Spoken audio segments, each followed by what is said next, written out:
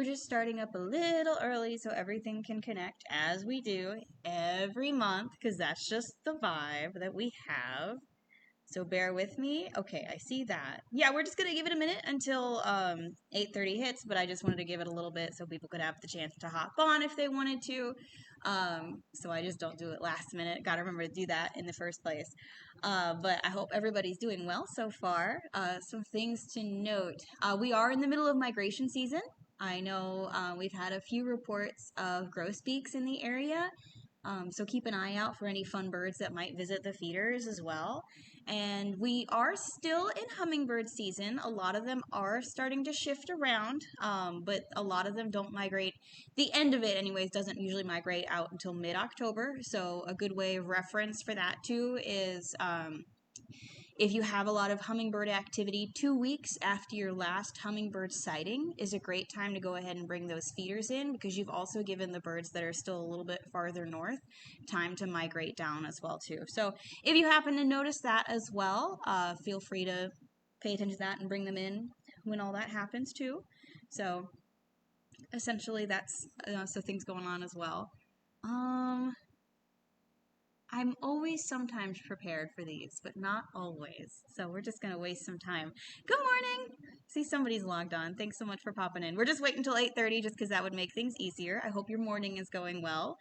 But yeah, just pretty much holding out for a second. I'm trying to think. Has anybody seen any fun birds recently as well too? Since migration has just kind of started, keep an eye out for that. You never know who's going to pop up. But now I do have 8:30, so next time I'll be more prepared to ramble. But we're going to go ahead and just jump right into it and kind of see how it goes. Good morning, everyone. Thanks so much for joining me today. My name is Jolene. I'm a certified songbird feeding specialist with Wild Birds Unlimited of Concord, and today we are going to be talking about American robins. I really enjoy robins. I don't think there's a person out there who doesn't, just because they are such fun birds to watch. I know also some people consider them more of a spring bird more than anything, but they are known for very wide migration habits, so that's why I figured now was a good time to mention them as any. So with that, we're going to just go ahead and jump right into it as well. So robins are still in the order Passeriformes, but primarily they're in the family Turdidae, which sounds funny, but actually relates to a lot of thrushes and bluebirds as well. So robins are very closely related to bluebirds. The robin's scientific name is Turdus migratorius, and I mention that because one, Turdus is the Turdidae family, but migratorius, again, leans heavily into that migration aspect that we'll be talking about later. American robins are also the largest thrush species that we have in North America as well. These guys do have a variety of habitats that they go for. They do prefer more open woods or forest edges than anything, but with more urban development or suburban areas and neighborhoods being put in place, these guys have been thriving.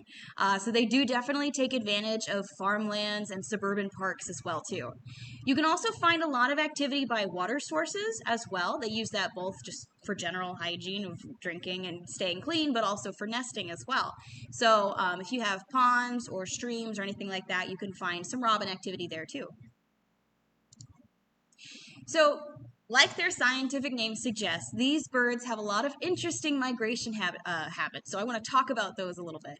First off, we do have their range map over on the right here. This kind of orange color that reaches all the way up into northern Canada and Alaska is their nesting habitat or their breeding habitat in the summertime.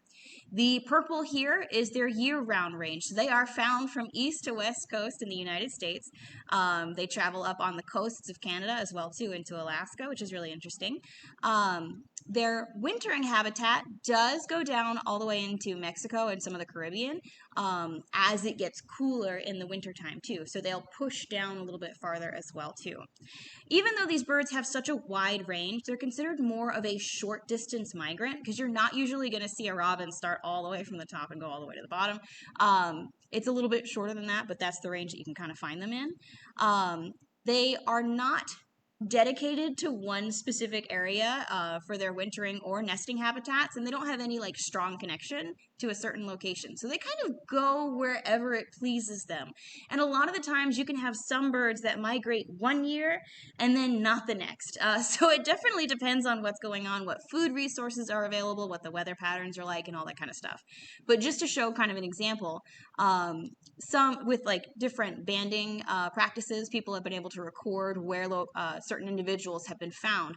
So some individuals that have been found in Florida have also been found in North Dakota and South Dakota, while others that are found in Maryland have been found in North Carolina and all the way over in Texas. So they can certainly travel quite the distance, or they can just make a hop, skip, jump to the next town over, depending on what they want to do.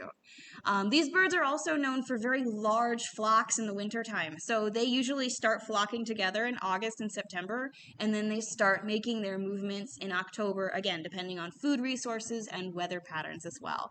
You can have flocks ranging in dozens to hundreds as well. So it's a very amazing sight to see if you do have them in your yard.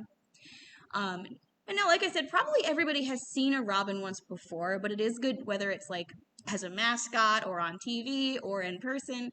But it is good to kind of break down the specific ID factors for them as well. So because robins are a thrush species, their body shape is going to be very similar to other types of thrushes. So that can kind of help narrow down that specific family. So they are a little bit on the larger side for songbirds.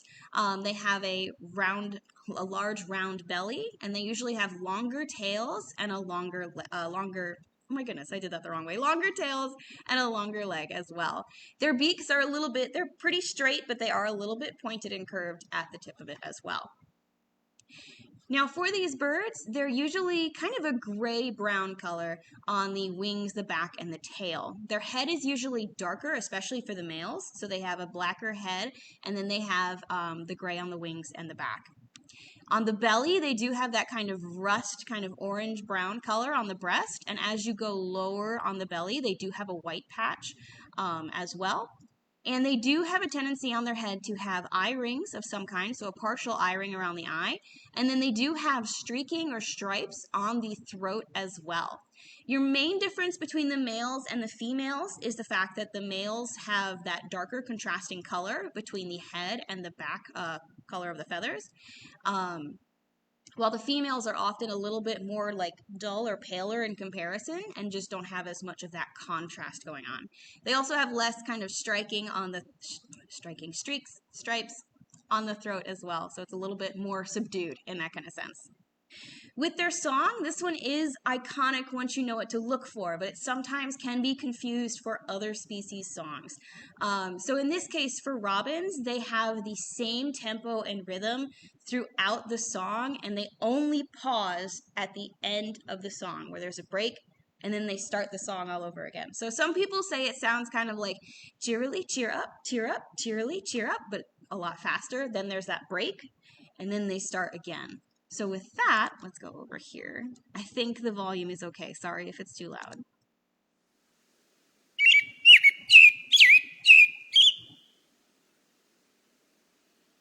Go again, eventually. So same tempo and rhythm, very quick, but it only pauses after they're done delivering their song as well. Other birds can have a similar song, but there's a difference in like the pauses in between the notes as well. So it's easy to know what to look for when you hear it and kind of understand. So just to kind of let you know there. And then with their calls, they do have a variety of calls. Oftentimes it's kind of one note in that repeated tempo. It's pretty quick.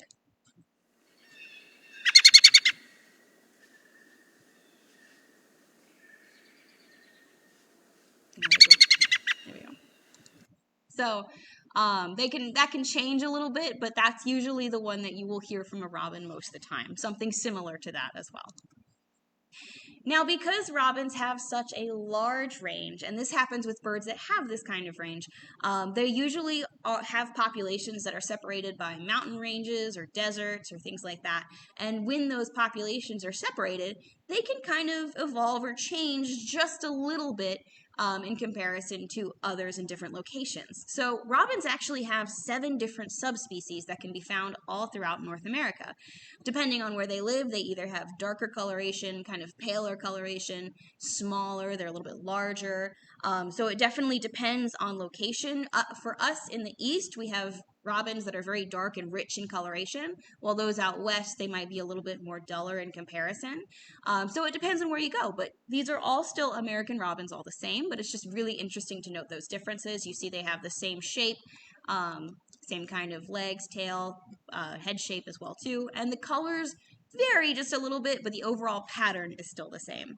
And fun fact, there is actually a small population of American robins in Baja California. There's like a small spot that they have their own little subspecies there as well, which I thought was interesting. When it comes to the diet of robins, they usually focus a lot on insects, earthworms, and fruit. Their beaks are great for grabbing those kinds of food items. And it's been found that robins absolutely thrive in places with a lot of human activity and also earthworms. Because if there's one thing that people love to do, it's to have a lot of very clean cut lawn. And those lawns are usually actually a great space for robins to forage. They prefer foraging in warm, sunny areas, and that short grass makes it very easy for them to check things out and look for food. So don't be surprised if you have a well-maintained lawn, you also have lots of robins as well. Now, not only that, but robins also have something that's they don't have a crop, which is it's basically like an additional space or like an additional organ that stores seeds before they're digested, kind of gives them extra to work with. Now, robins do not have that kind of thing. They don't have a crop, but they do have an extendable esophagus. So essentially their throat is like a little bit larger. It's kind of stretchy, essentially. And what they'll do is in definitely times when it is colder weather, these birds will actually eat a lot of fruit before nightfall, because if they leave the fruit in there, that gives them kind of reserves to work with in the morning. Because in the wintertime, when the weather is cold, these birds require a lot of energy to maintain their body temperature and to keep moving. So essentially, they just have some extra stores overnight to make it easier to get moving in the morning. And depending on the different types of fruits that they do eat, not all of those seeds can be digested or pass through the digestive system, so they do regurgitate larger seeds after eating them as well.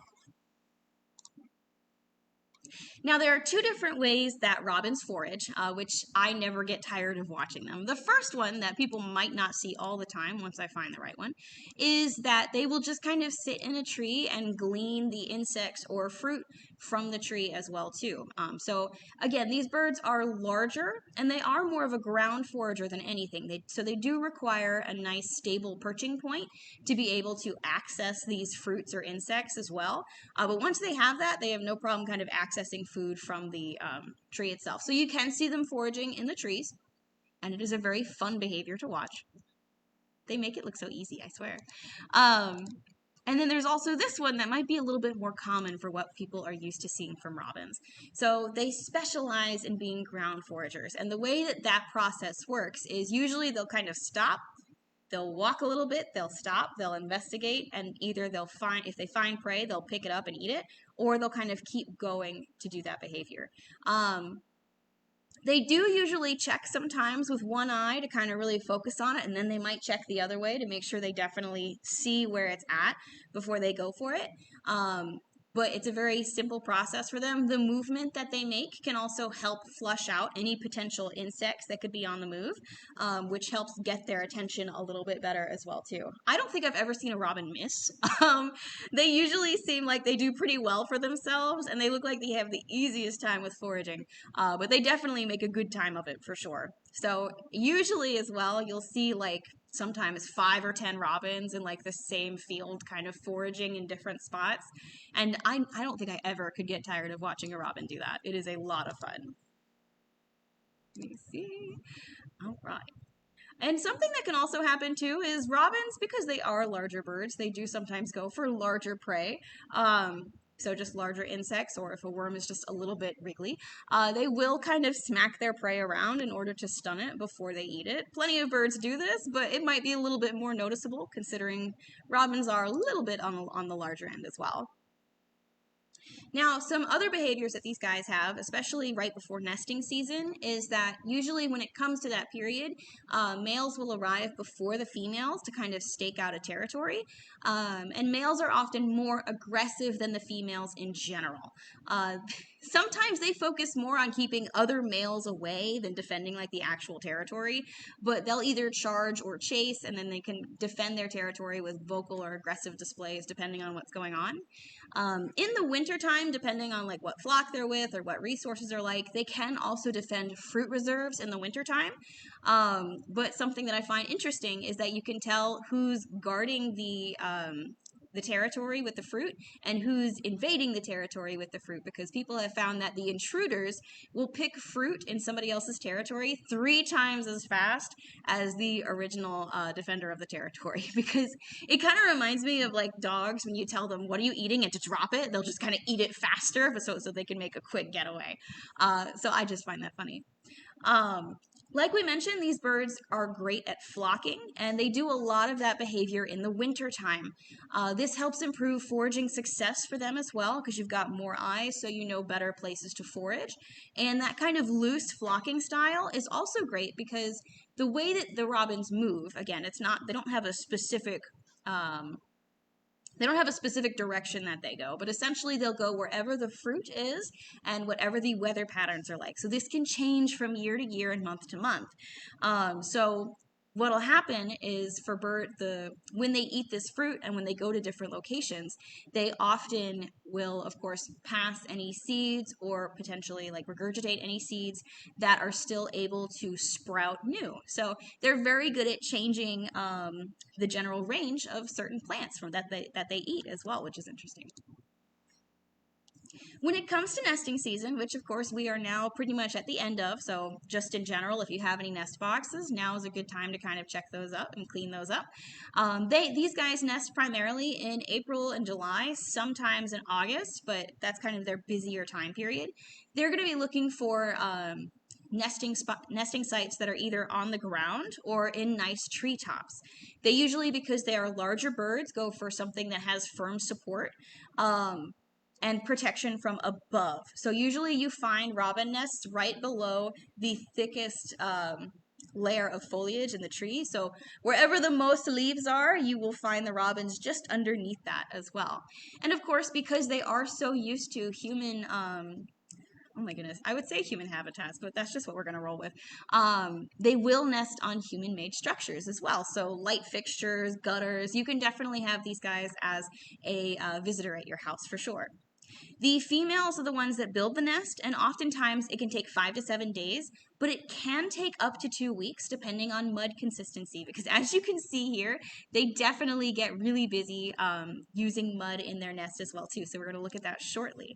But the way that robins build their nest is they focus on building the outer wall first of dead grass and twigs, and depending on where they're at, whether it's closer to human activity or further from it, it can include things like white feathers, paper, or moss, and it can also include paper bags or other man-made materials. So that's also a good indicator of what's around and what they're utilizing as well. So once they've got that outer wall, then on the inner portion of that outer wall, they are going to line the nest with mud.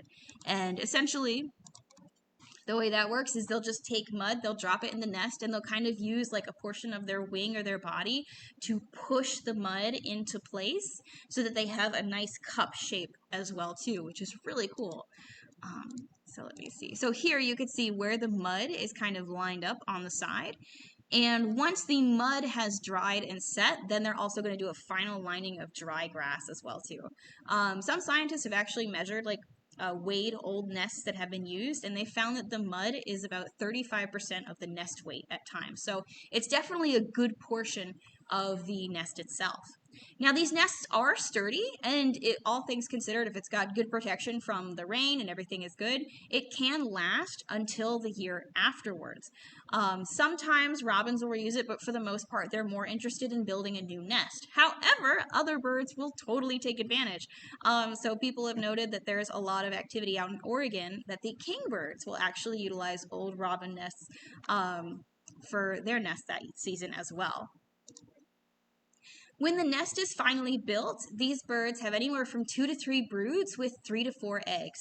They are that nice robin blue color that everybody has probably heard of before for sure, just to show again that's what those eggs look like. Sometimes they have some spotting, but not always. I will say thrushes in this family, so thrushes and bluebirds, often do have blue in their egg of some kind as well. So if you're not sure what kind of nest it is, looking towards the thrushes is a great way to investigate first. Once all the eggs are laid, then incubation starts. It can take about 2 weeks before these eggs finally hatch. When they do, they are altricial young, which means they're blind, naked, defenseless, and require a lot of parental care for at least the next 13 days before they can fledge as well.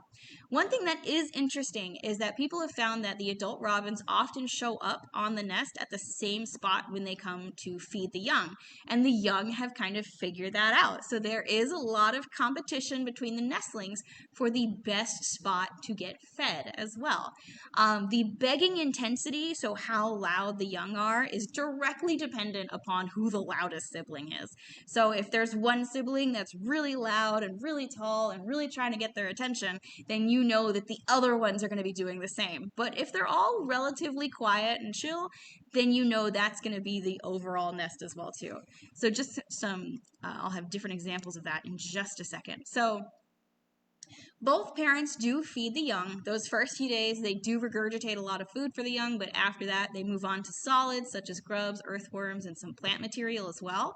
And something that I find interesting, and because I am cursed with knowledge, you must be cursed with knowledge as well, is that robins will eat the fecal sacs of their young. So, just to explain that further, we've all seen bird poop at some point before. It has gone, if you have a car or anything like that, you've seen it splatter. It's wet, it's gross, it happens. But when birds are younger, nestlings specifically will have something that's called a fecal sac. Essentially, this is just a little white sac for all their poop that they get rid of. And robins will either eat it in that first week, or after the young are older, they will take it away to keep the nest clean and ensure that it is harder for predators to find as well too. So I always find that interesting, and everybody has to be cursed with that knowledge. So yeah, we've got some of the younger nestlings here, and a mom that is doing a great job. And then we also have another nest example here. So this is when they're a bit older as well. And you can see these guys get super loud and super tall when they want to get fed as well. And just again, because I find it interesting, in a second, I know they do it in a second. But here you're going to see one of those little fecal sacs. And it's just a little solid thing that the robins can take and go. And that happens a lot with any nestling. So that's a very common behavior with baby birds in general as well too. Parents get rid of it somehow, whether it's eating it or taking it away. Now, once the young finally fledge, the parents are still around and still provide food for the fledglings. They usually stay around the nest site for the next 10 to 15 days, or at least remain in the cover in the area so that they're protected in order to improve their flight. This is because robins, like any baby bird, do require building up their flight muscles, because all they know is a nest so far, and they haven't had time to stretch or grow. So they'll kind of stay hidden and kind of work on that as well too. So it's not uncommon at this stage for people to see robins kind of just like the fledglings especially just sitting around looking, maybe not flying well because they're still learning how. In this fledgling stage, you can also tell that they have very short tails. They still have a lot of downy feathers on the top of their heads, and they also have a lot of speckling on the breast. So that can happen a lot for some birds because the speckling helps make it easier for camouflage and different things like that as well too. So usually the young look either more like the female or a little bit kind of more hidden and spotted, so it's harder to find them at certain points. But once they have practiced flying well enough, they do join the adults in flocks around September, which they start to congregate together before moving around in those larger movements in October as well too. So something that I did want to mention, because of course we've seen robins, they're plentiful, they're great, they're a lot of fun, but knowing where we've been and where we've come from is also very important as well too. So while I'm not an expert on this topic, I do want to talk about it just a little bit. So back in the 1950s and the 1970s, there was a lot of use of an insecticide called DDT. For those that don't know, this caused a huge issue throughout the country because it affected bird populations on a very high level, from songbirds to eagles to falcons. It caused mortality rates to increase, and it also reduced nest success because this insecticide caused the eggshells of a lot of birds to soften, so that when the adults would try and incubate their eggs, they would accidentally break the shell entirely. So the way that this insecticide worked and what happened, and it actually affected the robins as well, was that the chemicals from this insecticide persisted in the soil for over 10 years. And what would happen is, even if the robins weren't there in those 10 years and they kind of came a little bit afterwards or towards the end of that, the earthworms in the soil would consume that soil and concentrate the DDT in their bodies. So if any robins came to that habitat and ate those earthworms, the DDT transferred over to the robins, causing them to either die or get ill or have reduced nest success as well too. After the use of DDT, it would take 10 to 17 years for robins to return to pre-DDT populations. So it's one of those things where we don't always know immediately what effects certain chemicals or things have on our songbirds and our wildlife. Now, we don't really use DDT in this country, which is great, or at least on a larger scale anyways, which is very good. And for a lot of us, there's many different insecticides that are definitely nowhere near as potent, but the thing is, we still don't know a lot about them until years down the line.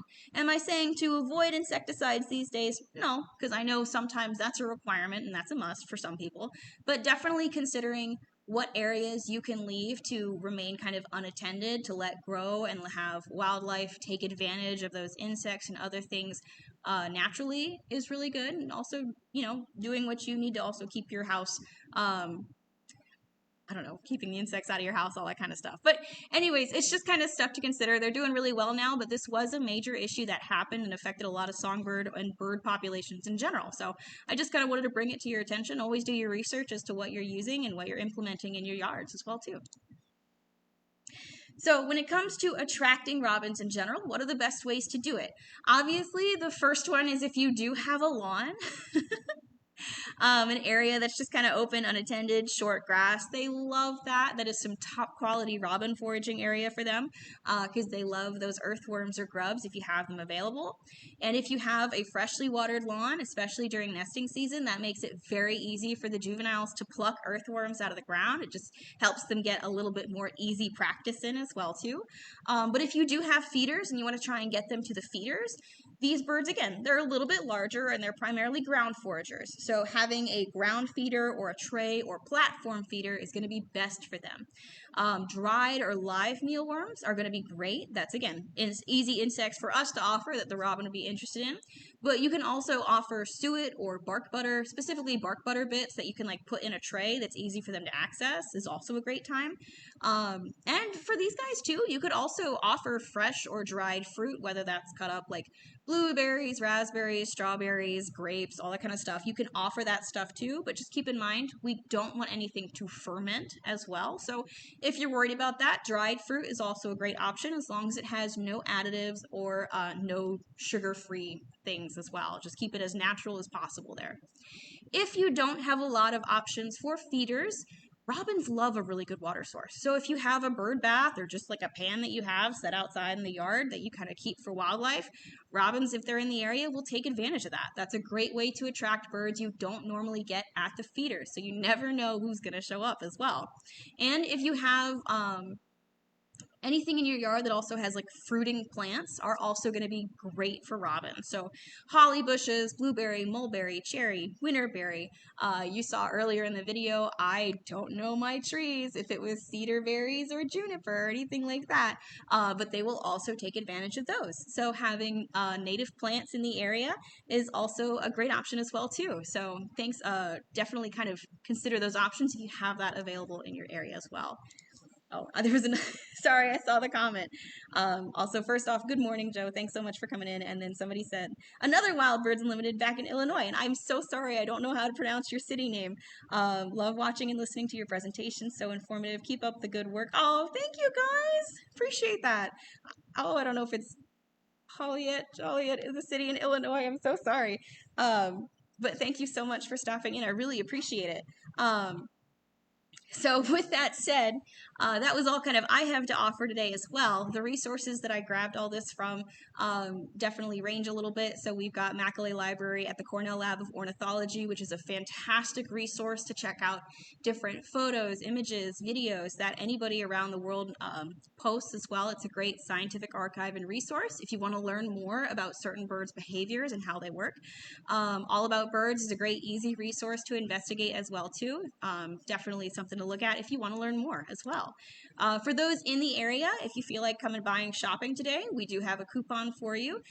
We have a $5 off a $25 purchase or more. The code is Robin if you want to use that today, either through in-store or phone orders as well too. There will be a second viewing of this presentation at 11. So definitely, if you know somebody that's in the area and might be interested, feel free to let them know as well too. But with that said, thank you guys so much for stopping in. I really appreciate it. I hope you were excited to learn more about robins because they are one of those birds that are just so much fun to see and enjoy. So with that said, I hope you guys have a great migration season as well. It's going to start picking up soon, so definitely keep an eye on potential new visitors that you might see at your in your yard as well too. So with that said, thank you guys so much, and I will see you next time. Thanks. Bye.